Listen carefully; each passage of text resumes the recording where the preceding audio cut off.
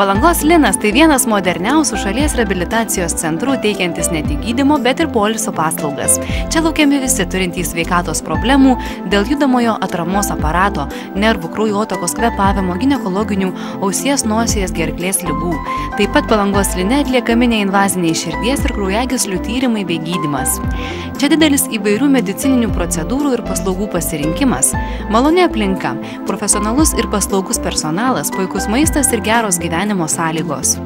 Atvykusiems reabilitacijai su teritorinių ligonių kasų pažymomis procedūros ir paslaugos teikiamos nemokamai. Be to tai viena iš 2 įstaigų Lietuvoje, kur taikomas nechirurginis stuburo skausmų gydymas, ypač efektyvus esant tarpląstelinių diskų išvaržoms. Palangos Linas teikia ir viešbučio paslaugas bei siūlo sveikatingumo kompleksus, apgyvendinimą su maitinimu ir 3 procedūromis per dieną tik nuo 120 litų.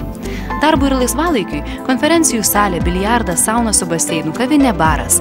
Palangos Linas tikrai geras pasirinkimas.